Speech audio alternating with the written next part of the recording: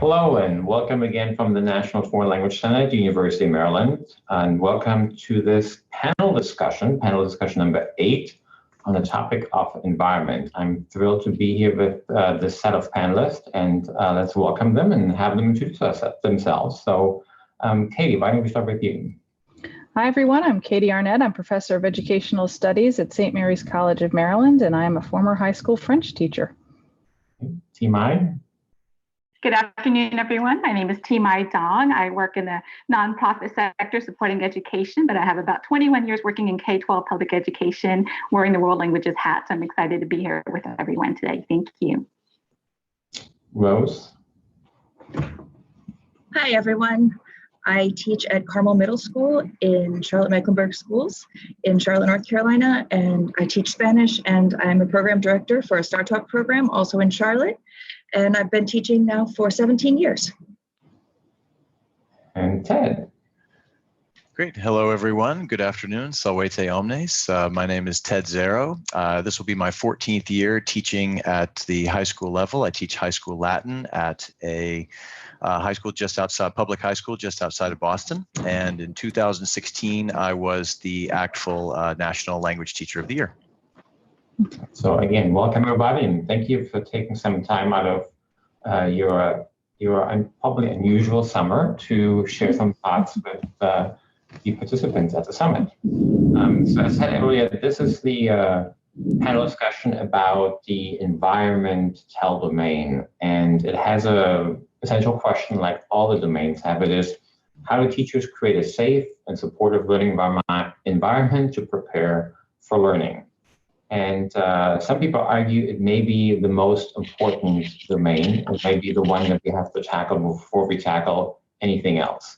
I know there's lots of talk and discussion about assessment and planning and lots of learning tools. People want to know the latest gadgets and things. And I'm thinking it doesn't matter if you're teaching in a classroom or you're teaching online. If we can't have this, if we cannot figure out how to create this safe and supportive learning environment, it almost doesn't really matter.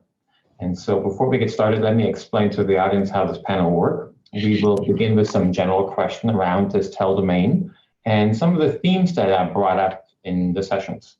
And while the audience is listening, we invite you to submit questions to the Q&A box in Zoom. We also invite you to upvote questions. So if you see a question that is very similar to one that you might have asked, just click on that thumbs up button, and that will let us know that more than one person is really interested in getting an answer to that question. The chat box in Zoom and in YouTube will not be monitored, but feel free to use it to share your reactions to the conversations. We will do our best to bring your question into the discussion as time permits. So, are you guys ready for the first question? Okay, then, well, let's get started. I believe our first question is, where did we go? I keep losing my questions. What ideas do you have to create a safe and collaborative learning environment for all students? And how does that change now in an online environment? And so who wants to go first? Anybody? Oh, this is a shy panel.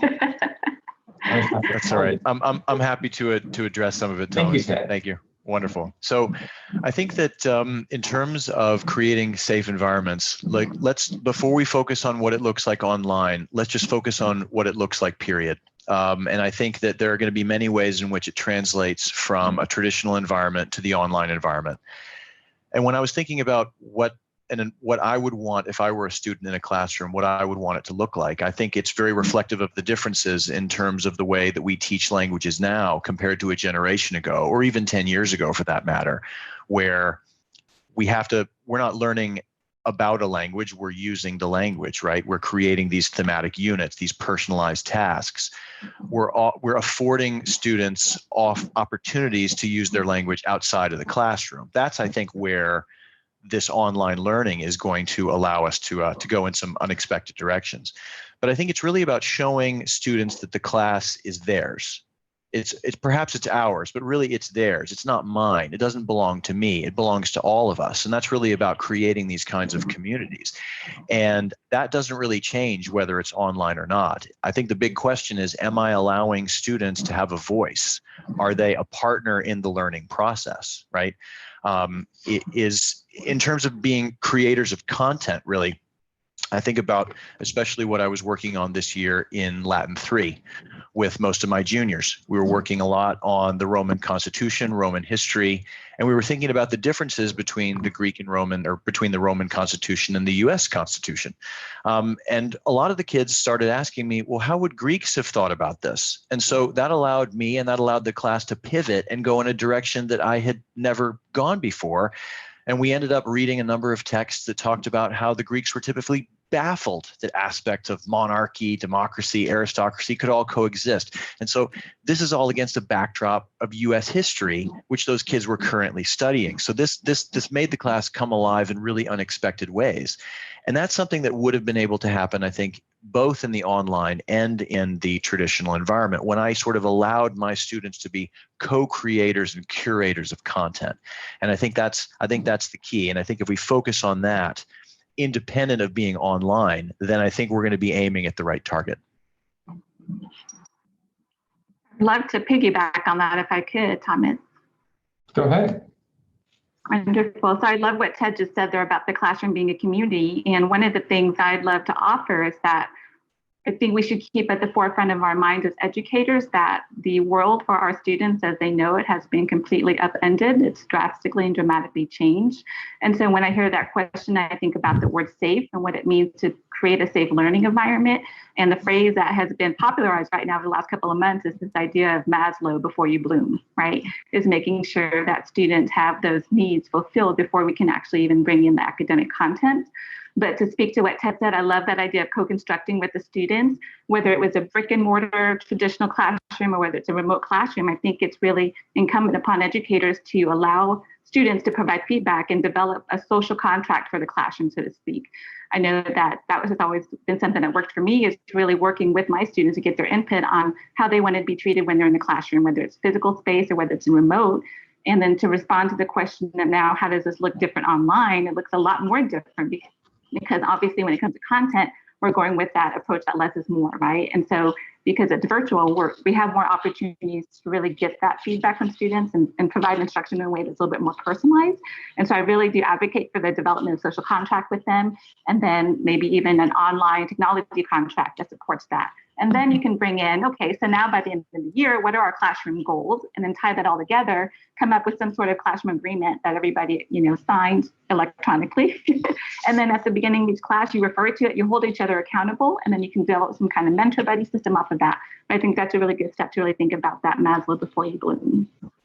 Before we let Rose jump in, I'm just going to anticipate a question I know we're going to get online, but can you tell me, I've heard some of these things you said before, but I haven't heard anybody mention this idea of an online contract. Can you tell us a little more about what you're envisioning there? For an online contract? Yeah. I likened it to what I did in the classroom, because I remember I would always develop that social contract that would determine the norms for behavior in classroom. And then we would tie it to our academic goal. And then throughout the year, as I was attempting to be brave and integrate technology lessons, I realized, oh gosh, I need to back up and do some sort of technology contract so they know what the etiquette is when they're engaging in the online space.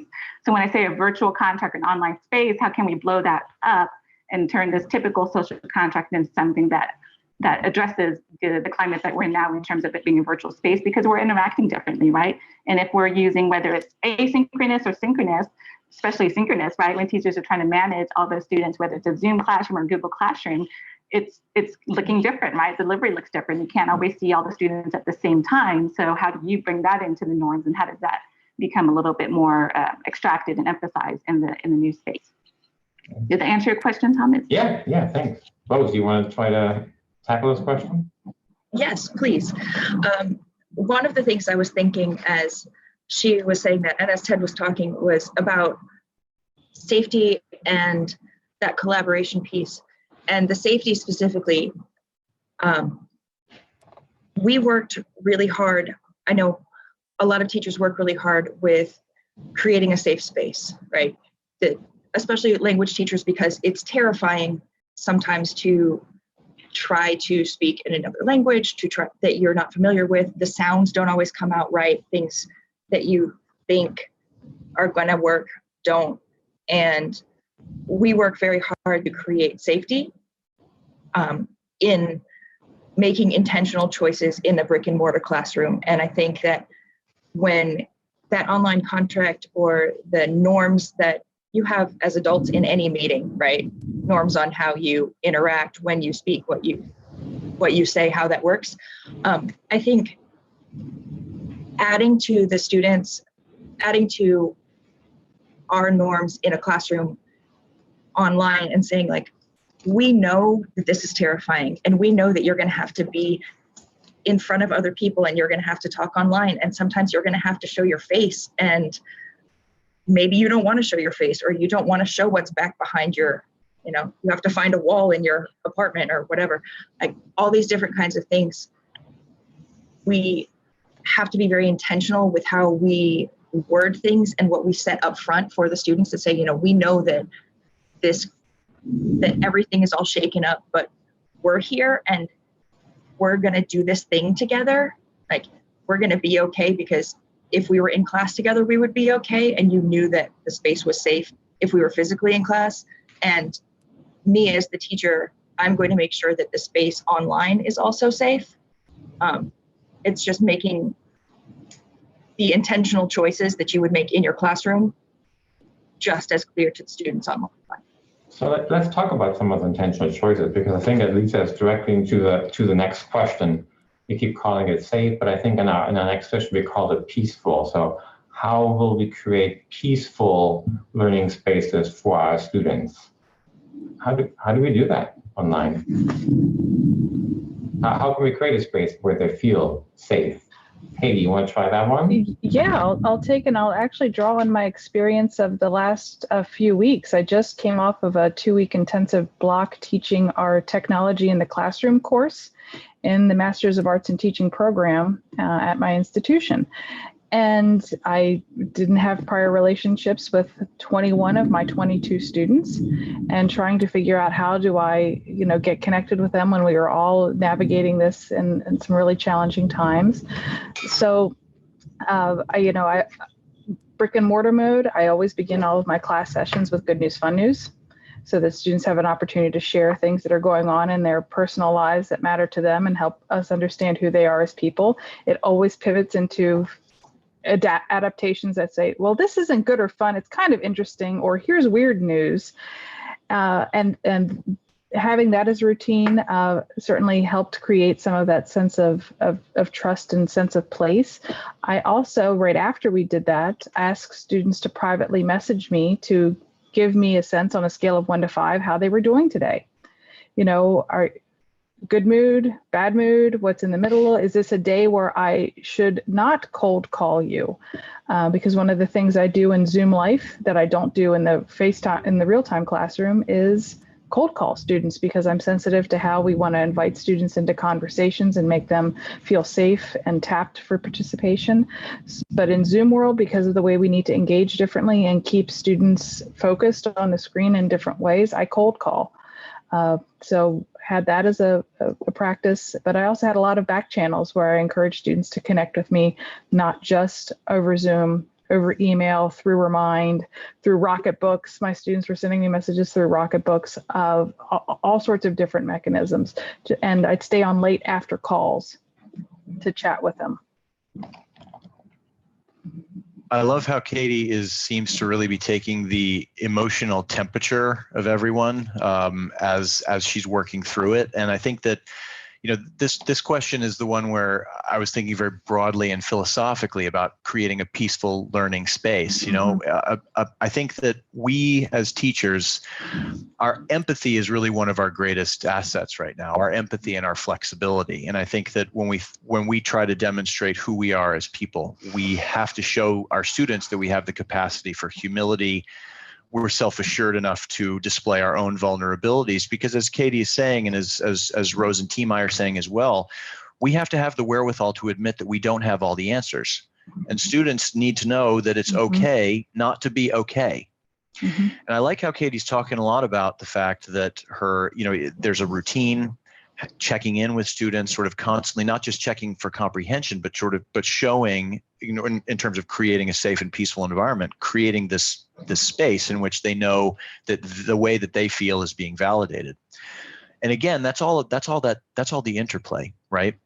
I mean, I when I first read this question, I think we should note that we don't live in a peaceful world. Mhm. And that's perhaps sad. I think that, during these times that perhaps challenge us in unexpected ways, our language classrooms are places where we aspire to do precisely what our country is finding it difficult, if not impossible, to do right now, which is to demonstrate empathy, love, and respect for one another. And I think that there are some days when I went into the classroom and my students, it's the constant push and pull, regardless of whether it's online or brick and mortar. The kids really wanted to talk about what was on their mind, whether they wanted to talk about violence that they were seeing on television, whether they wanted to talk about the pandemic.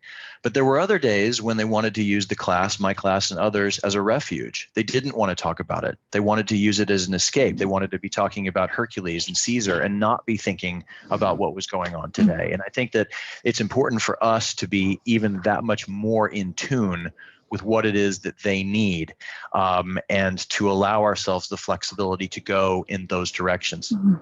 Mhm. Ted, I actually know very well what you mean when you say that. I think about our students coming in and how can we be intentional with some trauma-informed strategies, right? Because we've got learners coming back to the school year, not just, the isolation that was, resulted from COVID, but also just the racial unrest that's happening right now. Mhm. And so I think about all those things. And when I think about peaceful, well, as an educator, we define peaceful differently from how our kids define it. So coming into that space, peaceful for me might be, I'd like to see the faces of all my students in that Zoom class meeting. One student might say, for me, I need to have that video turned off, like what Rhodes was saying before, right? So I think it really is approaching that topic, engaging that conversation. How do we define peaceful as a classroom community, and then go from there?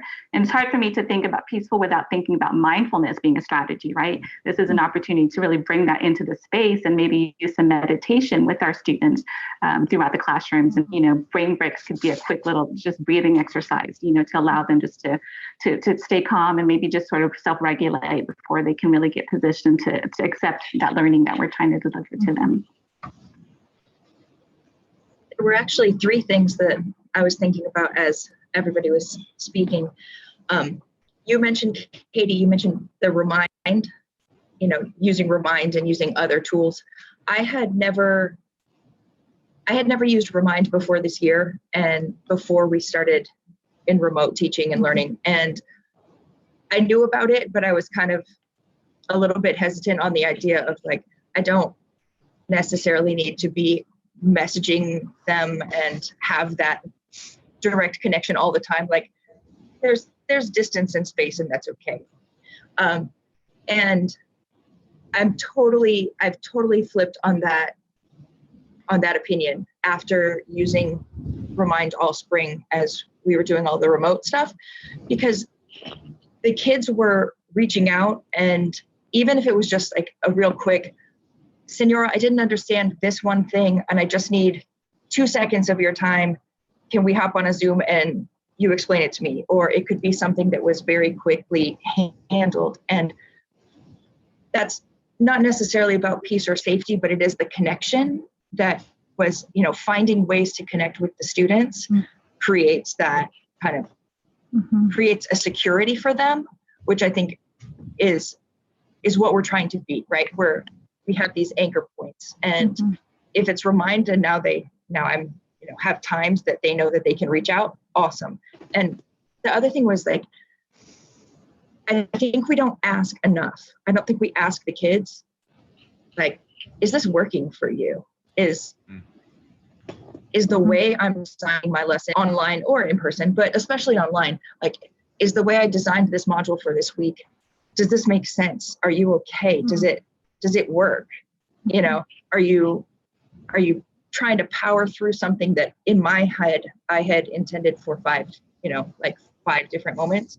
Are you trying to power through this and not stopping to take a yoga break for 5 minutes and calm down? So I started building in, I'd find yoga stretches and things like that, little YouTube videos online in Spanish for 2 minutes and pop them in there into like a slide deck so that they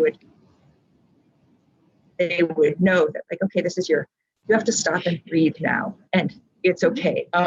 The last thing with the peaceful for a learning space, I think, is the consistency of if it looks, this helps if the format looks the same, if the interaction kind of has a flow in the same way that our lessons, there's somewhat what your students would know to expect, like this is what Latin class looks like, and it could completely pivot, but there's some things that can be expected in a classroom. And I think having that consistency really helps as far as an intentional choice, Thomas, like making something that the students know how to manage, so that the anxiety of, I don't know how to use this tech, or I don't know how to turn a thing in, all of that part doesn't rise to the top and get in the way of the teaching and learning. Well, I've heard some really wonderful ideas and suggestions that I think people can apply. I want to go back to something that Ted said at the very first question when he talked about that it doesn't really matter if it's online or not. We can, we have to have a safe environment no matter if we're teaching online or face-to-face, because we have a question from the audience. And it's a pretty scary question, pretty hard one, but it kind of goes to that. And that question is, we're planning on going full in person this fall. How can we create a safe environment when we, the teachers, are flat out terrified?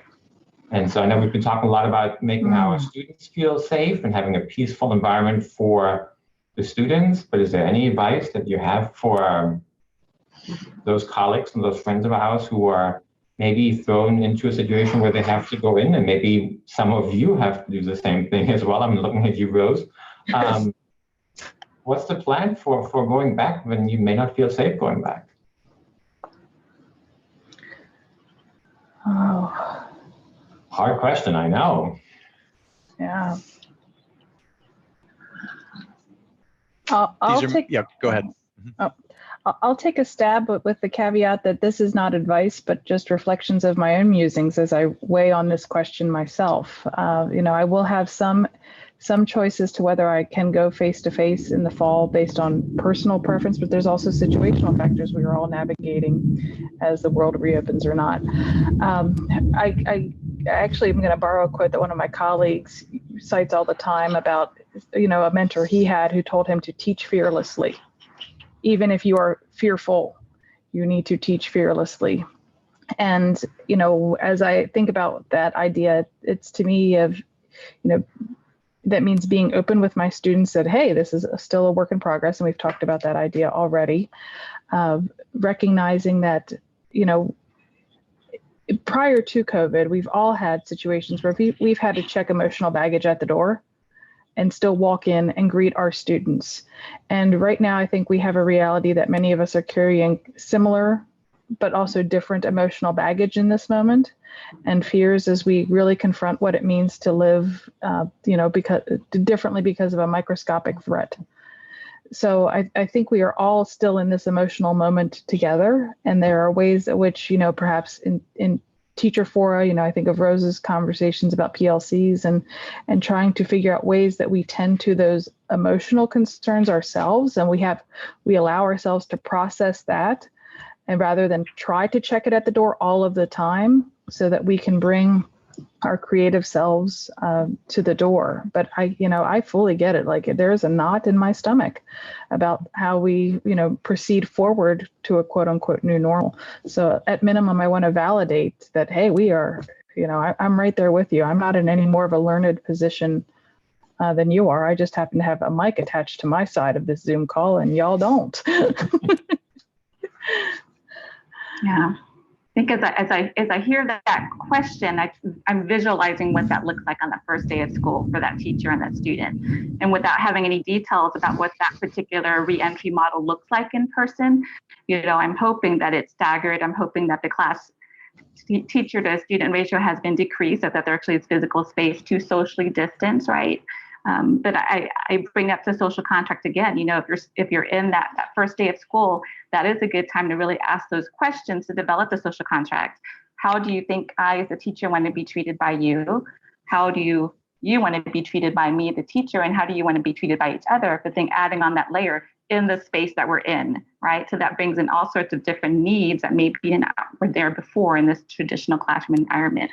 So I really, again, just lean into that idea of co-constructing with your students. And I heard Ted say before the word vulnerability.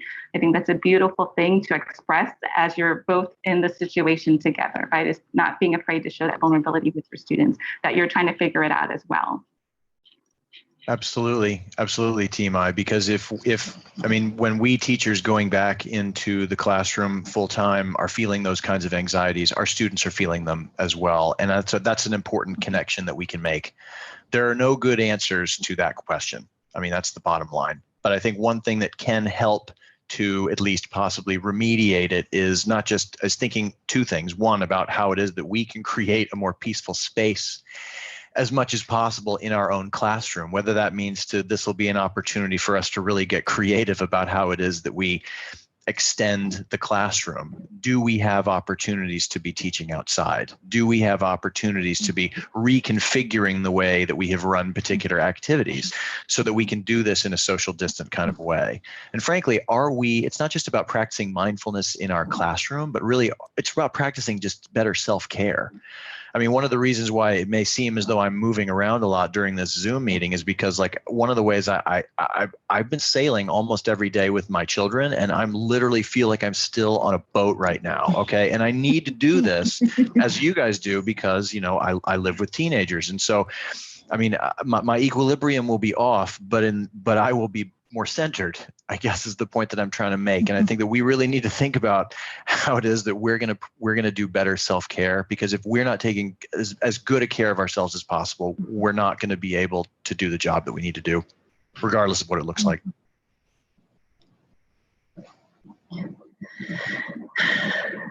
Okay, I guess it's me. This one is hard because it's kind of the thing that I think for teachers who know that they're going back face to face, it's the underlying question of that just plays in the back of your mind all day, all night, every day. And that sounds kind of doom and gloom, but it is the anxiety that the underlying anxiety that we live with. And I think you have to, as a teacher, have people around you that you can talk to, who maybe not who teach, or who also teach, who get it, and who can help you calm down, or help you balance that, like when you're kind of at the edge, and then that other person, you talk to them and they talk you down, and you have that same relationship with them. I think surrounding yourself with good people as adults is one of the things that I've been doing to talk about and to kind of process through this. Like, I'm going to be going back, and there are definite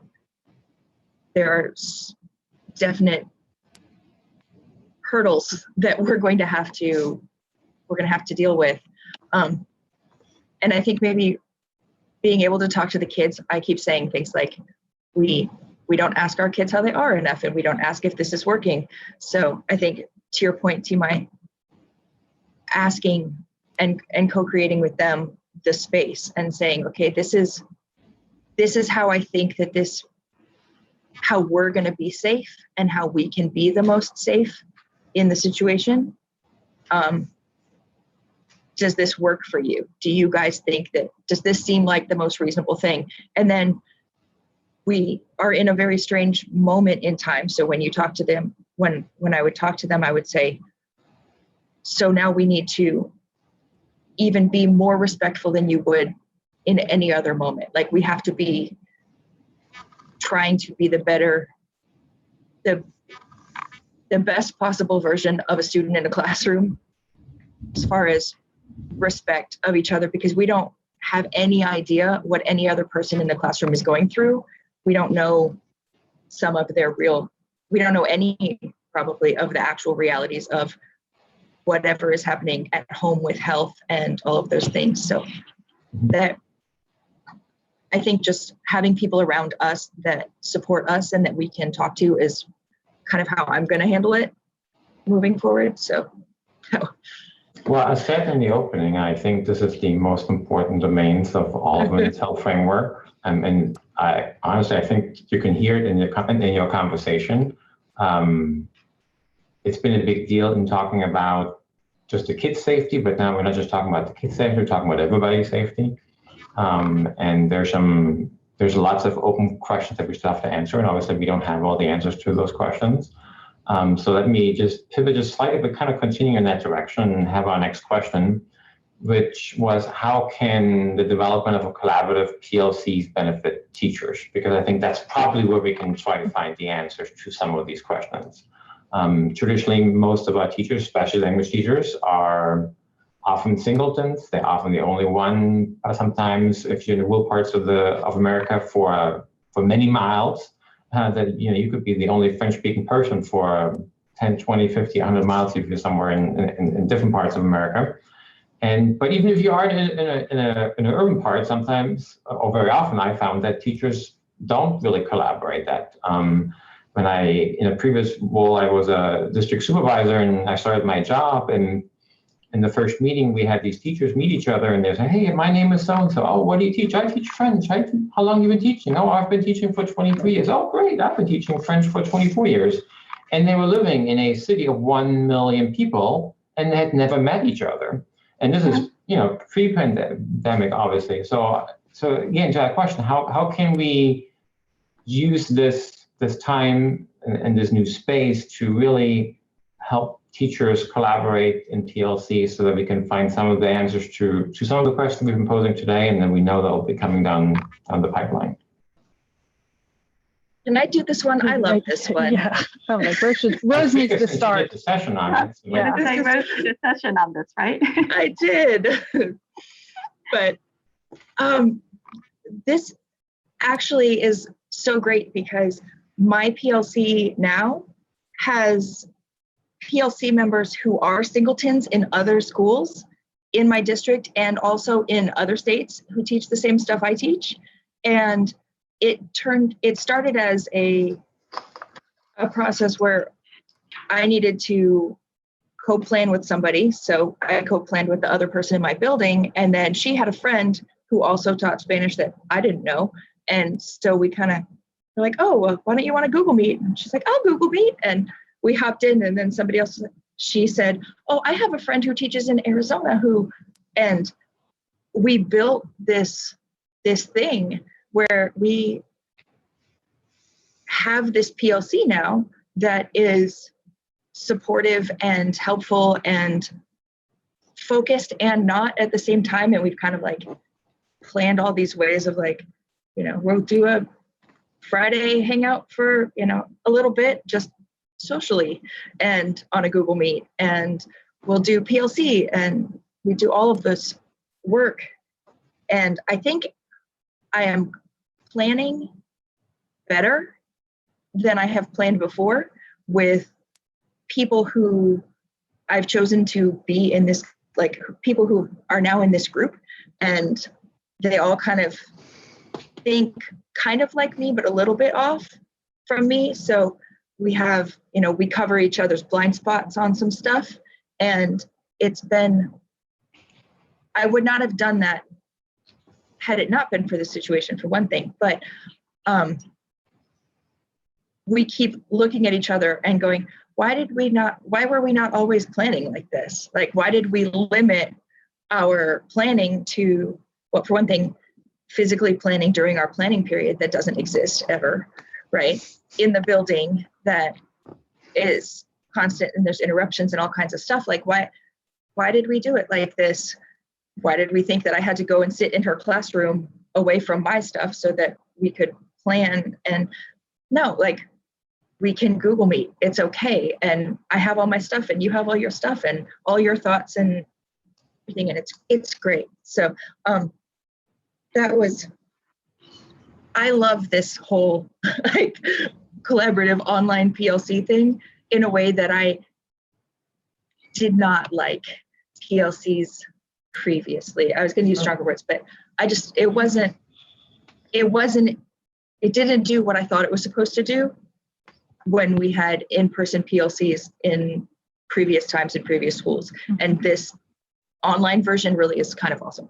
Well, in my work with schools and with teachers, I think what happened often was that we abused the word PLCs. Lots of administrators forced teachers into PLCs. And if you read the book, the original PLC, we know that you have to volunteer to be in a PLC for it to work. And unfortunately, in most of American schools, teachers were put in PLCs, given the time, forced to submit meeting minutes. So it became a compliance task rather than a growth opportunity. So I'm wondering what other experiences are and how they might be using PLCs now. My experience in the past too is very similar. That PLCs were something that were just required, and most of the time we would go and just turn in minutes that we items we covered, whether we covered them or not, just to say we met. What I've seen work though, and I'll say this, obviously the beauty of that is the collaboration, the collective spirit over the individual spirit, right? But we have an opportunity right now in front of us to really reimagine what teaching and learning is like, right? There's so many lessons learned from mid-March on that we can take and really propel that into a new direction and how we can approach language learning. But I wonder, Rhodes, and I'm curious, because for us, when we were coming together in PLCs as language teachers, there was a lot, we never stopped to pause and think, how do we view teaching and learning? Because everybody has a different approach. And I'm not talking about just, standards, well, I teach these standards and I teach this grammar and I don't, I do 100% target language. I mean, just essentially in terms of, just quality instruction, how do we view it? And one of the things I've seen is works, I'm not sure if you're familiar with Dr. Richard Elmore's instructional core, but it consists of, and it's real simple. I apologize for talking about something without having a slide or graphic to show, but if you think about this instructional core being student, teacher, and content. Just think that student, teacher, and content. And those three things are interconnected. If the students are changing, which they are, that impacts the teacher and the content. If the teacher is changing, which they are, right, then that also shifts the content and so forth. And so really just thinking about when you're meeting in those, PLCs, have that conversation, like how do we view teaching when we look at that student, teacher, content, and any decisions we make instructionally, are we thinking about how that impacts what's happening in the classroom and how it's shifting those things? And what's beautiful about that framework is the interplay between those things. So between student and teacher, you've got relations. How are we building relationships with students in this climate? Between the teacher and content, how are we equipping our teachers with the tools needed to feel competent in teaching that content? And then between student and content, how are we making that relevant for students right now, right? As we're trying to move towards this personalized space. And so I just offer that. I know that's something that did help as we went into PLCs, instead of just getting in there and just collaborating freeform, have some sort of grounding framework that says, okay, let's have discussions about how do we view teaching and learning? Because that's shifting every day as we see what reopening of schools looks like, right? I want to be in your PLC, Thymai. Let's start one. I love it. Yeah, exactly. I love it. I mean, I think, as a Latin teacher, we're almost all of us in every district are an island, right? And I've made a big deal about how it would be better if we were an archipelago, sort of all connected together. And as it relates, of course, to PLCs, one thing I've noticed is, and this may, for those of you who know me well, that I'm actually quite introverted, despite sort of having a teaching persona that's very extroverted and easily excitable. But I will say that right now, even like with PLCs, I was thinking about this question about sort of the CLC, right? The community collab, because right now we've been siloed for so long that everybody is desperate to talk to people. So I was thinking about this the other night when I'm picking up Thai food.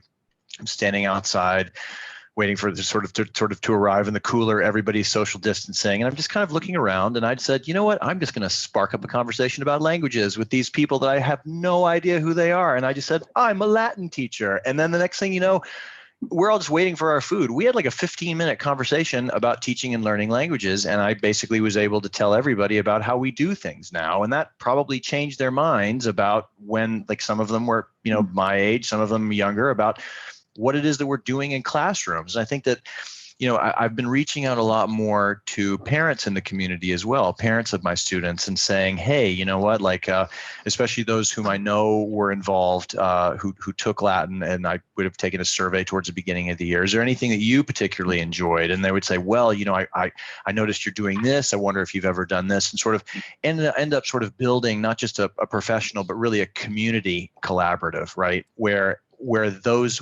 everybody is getting involved, and everybody feels as though their voice is being heard, and we're able to really do kind of grassroots advocacy in a new way. And so I'm excited to hear your ideas, Thymai and Rose. That's great.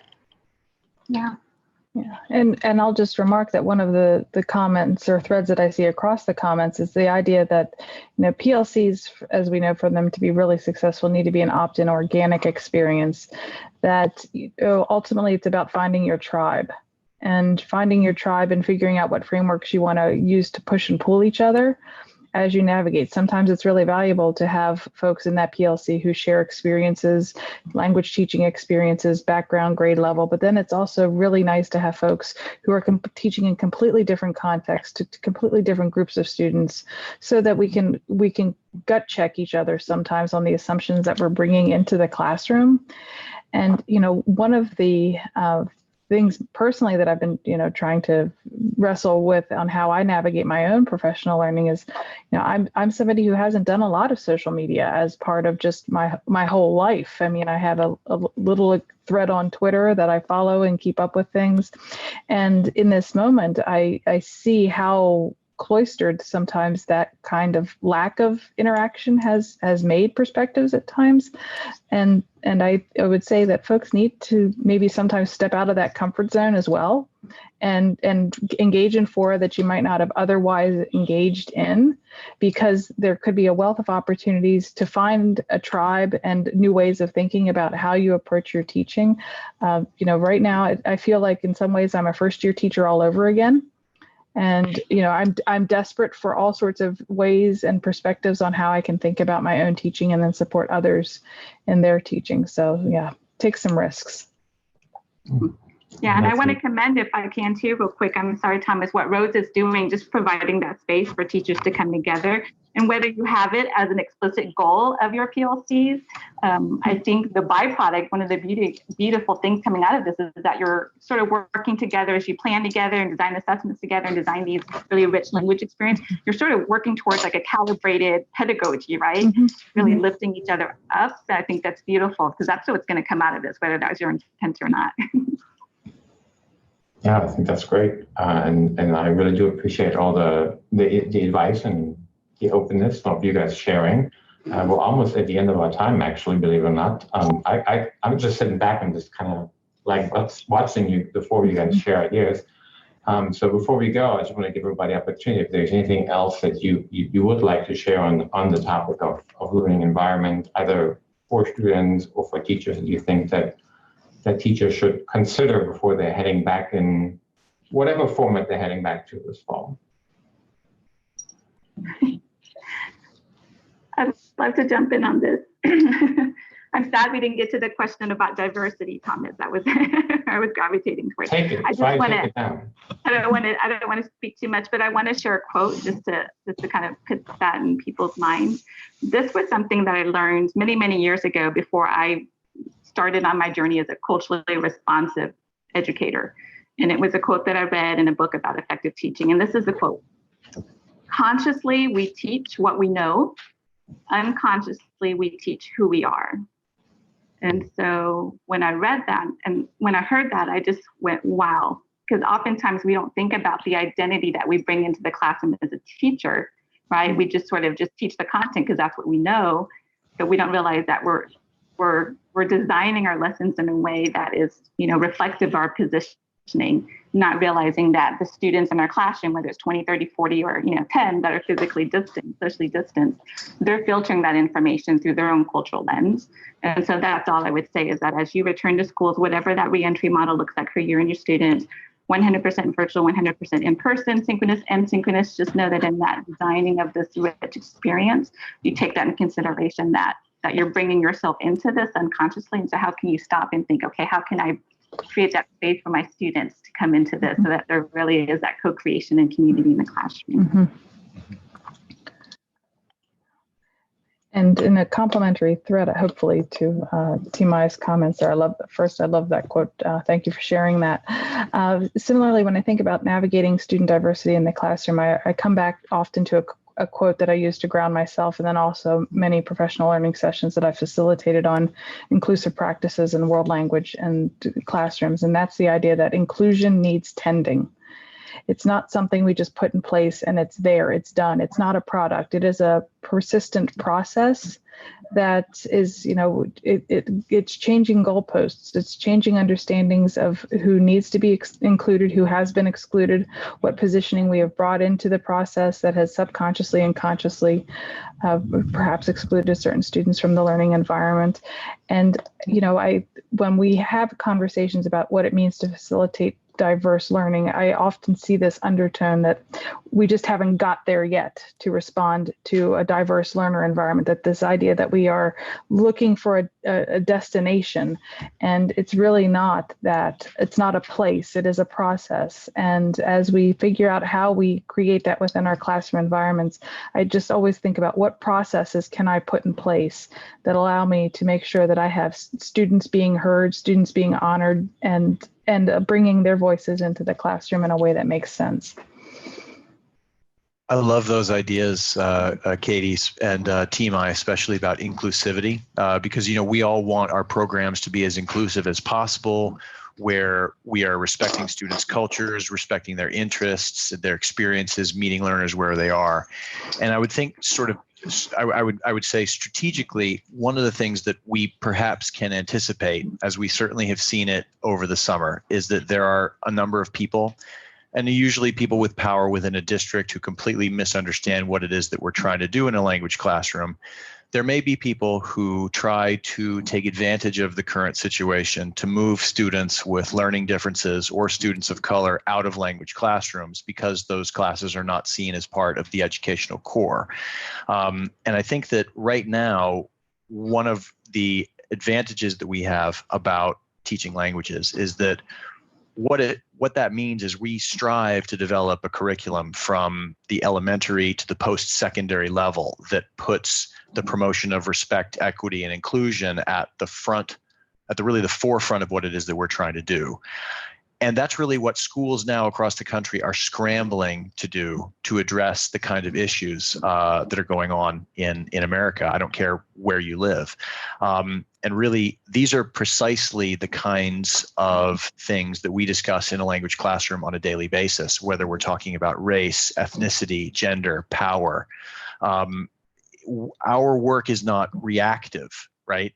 It's grounded in a belief that an education promoting the value of diversity is one where we have to foster these important conversations. And so when it comes time for us to defend our programs, and when it comes time for us to advocate for our programs, I think this is going to be a very successful platform for us moving forward. And that's something that we should definitely bear in mind.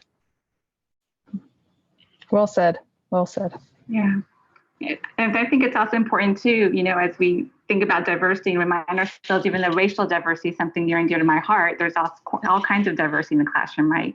Gender diversity, socioeconomic status, right? Ability, et cetera. And so just keeping all of that in mind. And I think to go with that, an important thing that we can think of as we teach and as we plan and as we interact with all of our students is to be intentional about representation in the materials that we use and the visuals that we show and the conversations that we have with them. I think that's a really important piece to it, just because we may not yet, as we're meeting new students this year, we may not yet know all of our students, and as we're getting to know them, we're learning more about them and their lives and the more as we continue to bring this safe space that we keep going back to, the more they're able to bring their actual self to class, online or in person, brick and mortar, doesn't matter. But we have the as we plan and we think, okay, we need to make sure that we're showing a real representation of all kinds of people in all kinds of situations, in all kinds of life. And, but intentionally not, the family unit doesn't have to look like whatever it looks like in some of the cartoons that show up in certain places and books and whatnot.